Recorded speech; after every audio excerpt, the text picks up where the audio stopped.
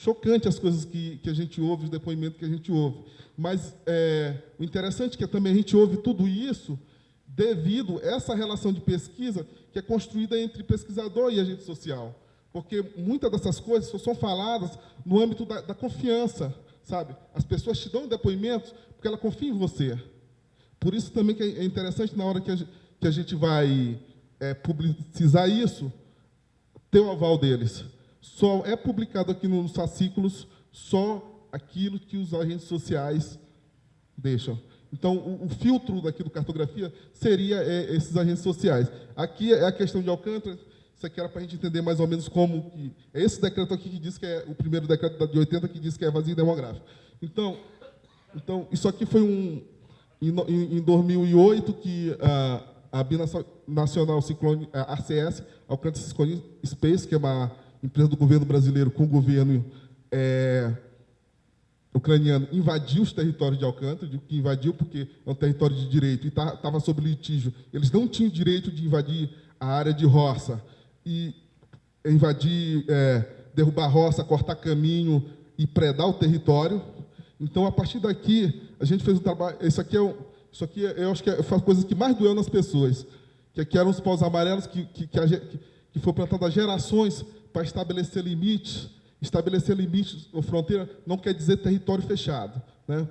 Depende de uma conversa. Se as pessoas da outra comunidade precisar usar o território, não tem problema nenhum. Então, a Alcântara Ciclone Space, ela simplesmente foi cortando tudo. Parece aquela história do Robisbal lá, que apagar as coisas da memória das pessoas, começa a derrubar os seus símbolos, né, as suas marcas. Então, eles começaram a atacar justamente os marcos das comunidades. Então, aqui era uma roça, eles passaram com o trator por dentro. E aqui o pessoal, no processo de reação, as pessoas fecharam, fizeram essa cancela, e no outro dia que eles chegaram para trabalhar, as máquinas estavam todas presas pelas pessoas. Então, esse aqui é mais ou menos o projeto espacial que era pensado pelo governo brasileiro. Então, ia tomar quase todo o território, mas não vai ter tempo de a gente conversar. Então, eu queria chegar aqui. Esse mapa é usado pela Agência Espacial Brasileira desde a década de 80. Então foi em cima desse mapa que eles se basearam para fazer a base espacial de Alcântara. E aqui o argumento é de vazio demográfico, né?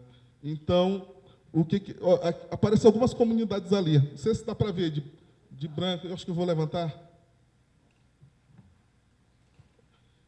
São poucas as comunidades, ó.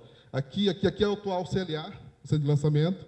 Então, aqui, algumas comunidades. Isso aqui já é em cima do novo projeto pensado com a Ucrânia, depois daquele acidente absurdo de 2003, que simplesmente o Brasil perdeu toda uma geração de técnicos que controlavam o saber sobre a tecnologia espacial, que era do VLS.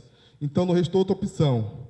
As comunidades quilombolas não conseguem entender como que você tem todo o seu corpo técnico, põe tudo isso num lugar de alto risco, altíssimo risco, e como que você concentra todos os técnicos na mesma hora.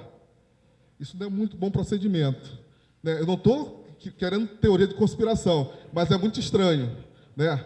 Desde 2009, vale lembrar que desde 2009 vem forçando uma parceria com os Estados Unidos, o povo foi para a rua, não deixou. Tentou uma com Israel, tentou com a Alemanha e não conseguiu. Mas depois que eles morreram, conseguiram uma aqui com a Ucrânia. Não quero dizer que mataram as pessoas de propósito, longe de mim. Então são essas as comunidades. O que a gente fez? Pegou esse mapa, podem ver, a mesma imagem. Tem escala diferente, a mesma imagem. Mas o que a gente pegou? Pega esse mapa, joga em cima desse, já referencia esse lá, que o ArcGIS permite isso, e você vai ter esse aqui, né? Então, está aqui os polígonos que eles já tinham colocado, está aqui o CLA. O detalhe é que tudo isso aqui que aparece, mais preto aqui, são casas de pessoas e comunidades. Aonde não tem as casas, que aparecem mais limpo, são área de roça, que as pessoas aqui vivem essencialmente disso. Aqui é o Oceano Atlântico, só pesca e roça. Uma atividade é complementar a outra. Todo mundo pesca, todo mundo roça. Que foi aqui, quando teve o primeiro deslocamento, que foi aqui compulsório, em 87, as pessoas saíram daqui e foram para as agrovilas aqui. só não morreram de fome até hoje porque contam com a solidariedade dessas pessoas daqui que dão direito delas de passar e pescar desse lado, porque aqui não pode. Então, esse mapa foi feito lá dentro dos movimentos dos atingidos pela base espacial. Nós éramos 6 quilombolas que fizemos. Eu fui lá, dei o treinamento de arquigis, eu sou de Alcântara, sou de Tamatatiba, e a gente acabou fazendo. E a gente foi fazendo trilha dentro da onde a empresa passou com os tratores, né? E aonde ela cortou. Então, tudo isso aqui a gente fez a pé, com o GPS fazendo trilha, e depois a gente trouxe para a base para poder fazer o mapeamento. Bem que era dos paus amarelos, que as pessoas pediam bem para enfocar, e bem que era a roça onde o trator passou por dentro, né? Então, a gente foi fazendo esse tipo de mapeamento, foi recortando, fazendo em macro, né? E acompanhado disso, fomos fazendo por região, que é para mostrar onde eram os vazios demográficos, né? Onde não tinha gente. Ó. Esse era o vazio demográfico. Aqui era criar de roça. Então, a gente cortou em 4. Essa aqui que é uma das regiões mais legais, né? Que é uma região tudo é região de praia, né? Então, a gente foi mostrando onde que não tinha casa, né? Então, a gente foi plotando, marcando casa por casa dos povoados para poder fazer o trabalho. E, por último, a gente pegou esse mapa, fotografou, georreferenciou, tirou ponto de GPS, usou o mapa no fundo e colocou as descrições. Então, a cada lugar, a cada janela dessa aqui corresponde um ponto dentro do território. A gente foi procedendo o mapeamento. Aí foi feito o relatório por mim, que sou antropólogo, pelo Danilo, que é de Canelati, uma comunidade quilombola, que é advogado. A gente mandou para o Ministério Público Federal, o procurador Alexandre, ele impetou um mandado na Justiça, e aí a gente conseguiu um acordo que está transitado e julgado, que a CS ela não pode sair dessa área aqui.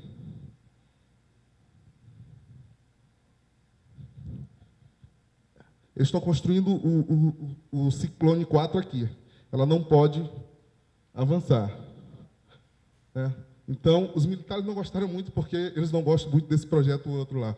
Né? Porque um é projeto de segurança nacional e esse é base de aluguel. São duas coisas totalmente diferentes. E é um processo. E esse relatório, esses mapas, ele acompanha uma denúncia no Brasil, contra o Brasil na OIT também, que foi feito pela CUT, pelo COR e pelo Sindicato dos Trabalhadores de Alcântara. Então, essa é mais ou menos a dinâmica e a ideia que a gente tem dentro do Cartografia Social. Obrigado.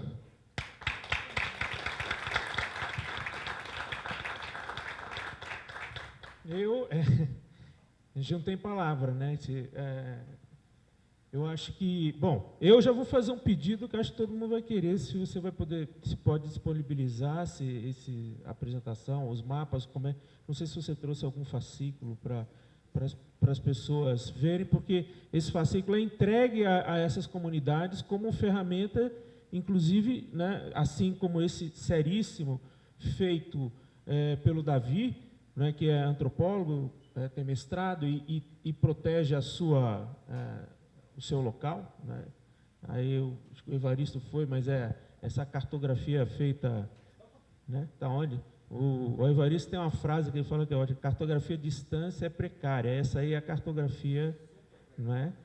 Feita, e aí ele vai passar aí para ver essas, enfim, desculpa aqui, mas como a gente tem a gente poderia ficar horas falando sobre esse processo, eu vou passar agora para o Museu da Pessoa e para a gente dar sequência aqui à nossa mesa. Não.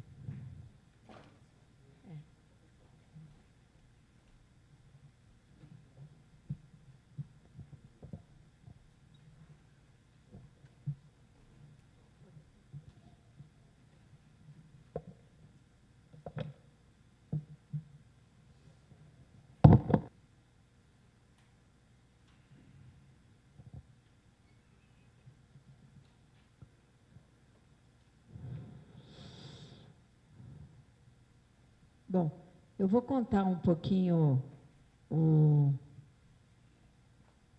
o que é o museu. Eu chamei a Rosana, que está aqui também em Brasília, e a gente coordena, está no museu também há muitos anos, e coordena um programa do museu que chama Conte Sua História.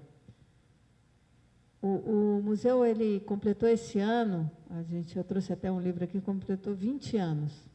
Então, acho que para esse público é interessante um pouco contar essa história, porque apesar de ter nascido, é um museu de história de vida, e apesar de ter nascido como um museu virtual, ele nasceu como um museu virtual como conceito, porque quando ele nasceu não tinha nem internet.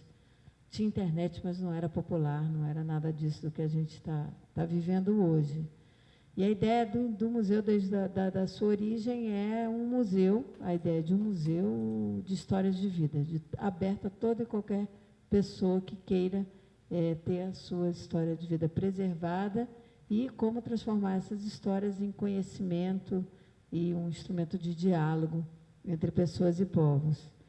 Como conceito, que eu acho que é interessante dizer o que conceitua isso como museu, é que o Museu da Pessoa nasceu com a ideia de que todo mundo pode ser o próprio acervo de um museu. Então, em vez de você ir no museu para ver uma obra, você é a Mona Lisa do Museu da Pessoa com a sua história. Todo mundo também pode ser curador. Então, na medida em que o museu já nasceu com uma ideia de uma base de dados, e já nasceu com a ideia de criar uma fonte de conhecimento. Então, todas as histórias sempre foram catalogadas, sempre foram reunidas de forma que elas podem ser sistematizadas segundo o olhar de quem consulta. E aí montar coleções. Então, desde o início, você pode olhar sonhos de mulheres que nasceram em 30, ou expectativas de pessoas que trabalham na comunidade quilombola tal. Então, a ideia do museu é que todo mundo pode ser acervo, todo mundo pode ser curador e, obviamente, todo mundo pode ser visitante. Esse é o conceito de origem do museu, mas o que eu vou contar muito brevemente para vocês é como é que um conceito como esse vai se concretizando no tempo. É engraçado, porque esse conceito nasceu, e eu acho que é o primeiro período da história. Eu sou historiadora, grande parte das pessoas que trabalham no museu são historiadores, a Rosana também. Então, essa mania de periodicizar a sua história e ver como é que você faz uma prática, uma ideia se concretizar no tempo. Quando ele nasceu, não existia tão claramente essa ideia de internet, então eu acho que a gente chama esse primeiro período de a rede sem rede. Desde a origem, a ideia era criar uma rede global de histórias de vida, como se fosse uma grande metáfora da sociedade, conectar as pessoas por meio das suas memórias. Na origem, como é que era que isso ia acontecer? Então, a gente pensava, o museu foi bastante pioneiro, fez talvez alguns dos primeiros CD-ROMs do Brasil, usando o conteúdo de história, e a ideia era que a gente ia fazer várias jukeboxes. Então, eu ia botar esses conteúdos temáticos com histórias de pessoas em rodoviárias. Era uma ideia engraçada. Então, em vez de você ouvir música, você ouvia história. E dali nasceu um conceito que chama Museu que Anda, que hoje a Rosana coordena, e naquele momento eram cabines. Para que você vai no museu? O museu vai até você. Então, iam tendas pelos lugares. A gente fez várias experiências usando isso. Então, você tanto ia captar, quanto você ia consultar essas histórias. Eu vou mostrar para vocês. Tem som? Não, né?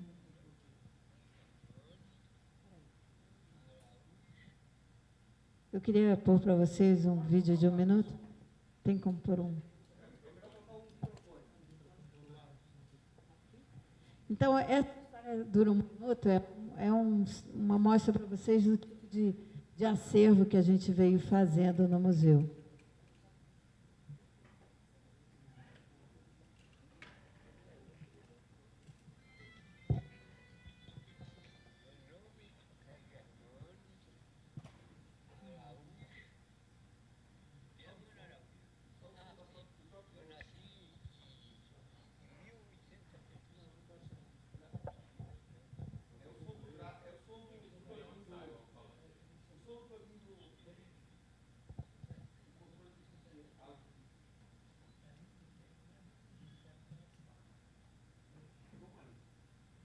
Bom, também. Oralidade. Como que você... Não estou entendendo o que você procura fazer, mas lá vamos lá.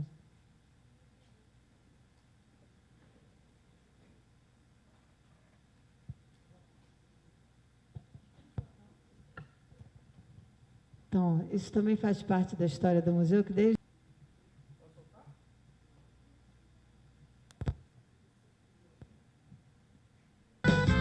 Meu nome é Germano Araújo. Germano Araújo. Ah, sim. Eu nasci em 1875. Filho, eu tenho um bocado. Eu sou casado 13 vezes. 13. São 60 por tudo, são 68 filhos. É muito tempo, mas eu não vi o século passar ainda não. Não vi passar ligeiro não. Não senti que passou o século. Eu queria que viesse outro para mim. Olha, eu fiz exame agora e foi tudo negativo, de pulmão, de coração, de fígado. Não sinto nada. Eu não sei o que foi que me acabou desse jeito.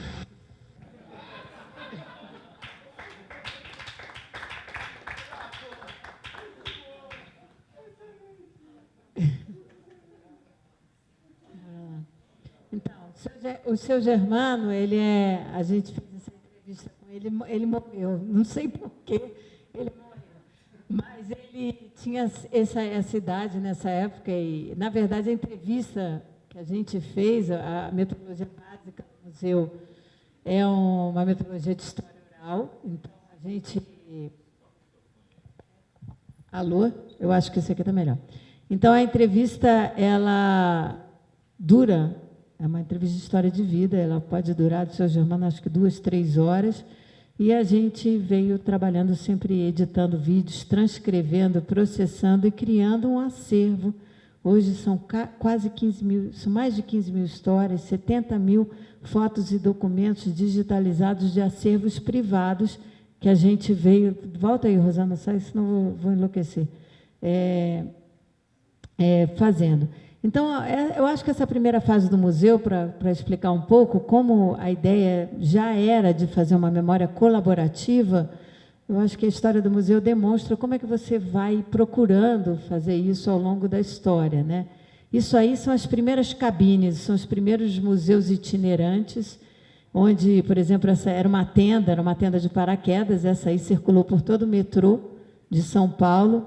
E aí tinha uma história de São Paulo, a pessoa entrava e contava a história dela. Depois a gente criou uma web cabine, que é essa do outro lado, onde você contava a sua história para o webcam. Então, era uma ideia de criar novas vozes para a história. E, obviamente, acho que eu trouxe o seu Germano, porque ele mudou para São Paulo com 90 anos, de Vitória da Conquista, em busca de trabalho. E é uma história incrível, ele morava no alto da favela de Paraisópolis. Depois o museu é um OCIP, né, um instituto. A gente tinha grandes desafios de sustentabilidade, como é que vai viver um museu como esse. Na época dos anos 90, essa ideia era realmente inusitada, as pessoas não tinham a menor ideia. As perguntas eram: para que serve a história das pessoas comuns? Quem vai querer ler isso? Tanto a ideia de pôr isso no meio virtual, quanto a ideia de fazer história através das pessoas, tudo era bastante novo naquele momento. Então, a gente começou a usar a metodologia para construir e fazer projetos temáticos que dessem recursos para o museu. Esse é o Museu de São Paulo Futebol Clube, foi um grande projeto, a gente montou todo em cima de histórias de vida. E aqui, por exemplo, um outro museu que a gente ajudou a montar com museus das telecomunicações. E tudo isso foi virando acervo do museu. E aí são algumas, assim, desde documentários, sites, a gente acabou criando o Centro de Referência Virtual do Sindicato dos Metalúrgicos e de vários sindicatos, empresas, todo tipo, sendo que a única coisa que que criava um elo entre todos esses projetos eram as ideias de que tudo é feito por histórias de pessoas. Então, isso foi o que foi criando esse acervo, eu acho que nesse primeiro período do museu. O segundo momento que eu acho interessante era assim, mais ou menos em 97, chegou a internet, a gente já tinha feito uns 5, 6 CD-ROMs, e aí o museu foi também, a gente fez uma parceria com o UOL na época e criou Conte Sua História. Nesse momento que a gente fazia, a gente ouvia, recebia história e montava tudo em HTML. Mas, durante um tempo, a gente pensou assim, bom, a gente vai ficar aqui um montão de tempo e a gente vai continuar, vai ter 1.000 histórias, 2.000, como é que a gente tem maior impacto social com essa ideia de que a memória é feita por todo mundo? E esse segundo momento a gente chama transformando a forma como a história foi construída, que foi o início das experiências de uso da metodologia de produzir memória a partir das pessoas em comunidades e escolas. Então, acho que essa é uma segunda época do museu, que até hoje está completando 10 anos, são mais de 20.000 alunos, 30 municípios, onde a gente trabalha com toda a rede de escola pública, além de aqueles projetos temáticos. Pode ir aí um pouco, Rosana. Vou passar esse vídeo, vamos em frente. Depois eu conto um pouco, é que tem muito vídeo, eu estou um pouco preocupado. Esse é o projeto do Memória Local na Escola, onde as crianças, os professores e alunos do ensino fundamental, por 1, 2 anos, ficam com formadores do museu, estudando como escolher uma pessoa. A grande questão é como você escolhe uma pessoa, cada turma escolhe uma, leva essa pessoa, aprende a fazer entrevista, faz uma coleção na internet, e a gente, por exemplo, que grava, as crianças registram essas memórias, e isso se torna, então, exposições que vão itinerando pelas cidades e comunidades. Então, é uma ideia de como você devolve, faz a comunidade produzir a sua própria história, consumir. É um dos projetos muito, muito, muito emocionantes, porque, de alguma maneira, você vê, é muito legal, é intergeracional, sei lá, o coveiro, ele vai super vestidinho no final e se vê desenhado pelas crianças. A gente tem experiências lindíssimas em cima disso. Ainda em cima dessa ideia, o museu acabou inspirando uma rede internacional de museus da pessoa. Nasceram um museu em Portugal, nos Estados Unidos, ou no Canadá, sempre com essa ideia de que existe um museu feito pela história de pessoas. E a gente foi explorando a possibilidade de como que você usa essa força motora, essa ideia de que você tem que construir uma nova história, uma história a partir das pessoas. E aí a gente entrou num terceiro período do museu, que eu acho que foi a criação de redes. Foram várias e várias experiências de criar redes a partir dessa metodologia, a partir de criar uma rede. Então, a primeira foi a Rede Internacional de Museus da Pessoas. Depois a gente começou a construir um movimento nacional que se chama Brasil Memória em Rede, essa é a foto de um fórum, e um outro movimento muito interessante, chama Dia Internacional de Histórias de Vida, que é a mobilização de comunidades, pessoas que, num dia, que é o dia 16 de maio, param para ouvir a história de uma pessoa. A gente criou, eu não sei se, depois eu vou entrar para vocês verem, a gente criou algumas plataformas colaborativas. O Brasil Memória em Redes era um Google Maps, onde os diferentes polos de memória iam colocando as suas experiências, e essa mesma plataforma foi feita no mundo, onde, nesse dia, as pessoas iam colocando as histórias, as experiências que se realizavam. Eu tenho um exemplo muito interessante disso. Por exemplo, na África do Sul, acabou dando origem a um movimento chamado Healing Movement. Acho que o Breno chegou a trabalhar um pouco nesse movimento global, que é criar círculos de histórias, e isso criou um movimento super interessante na África do Sul. Então, essas foram algumas das iniciativas. Vai lá, Ru. Esse é um portal, agora a gente criou um novo portal do museu, vou mostrar para vocês, mas esse foi o portal que a gente inaugurou nesse momento, em 2003, que sempre teve essa ideia de você botar a sua história, você consultar a história e você ir elencando diferentes histórias segundo os temas do momento. Essa é, por exemplo, no Dia Internacional de Histórias de Vida, uma ação numa comunidade na Índia, né, onde eles se reuniam e usavam os marcos das suas histórias a partir de pedras, e aí essas experiências iam entrando nesse Google Maps. Essa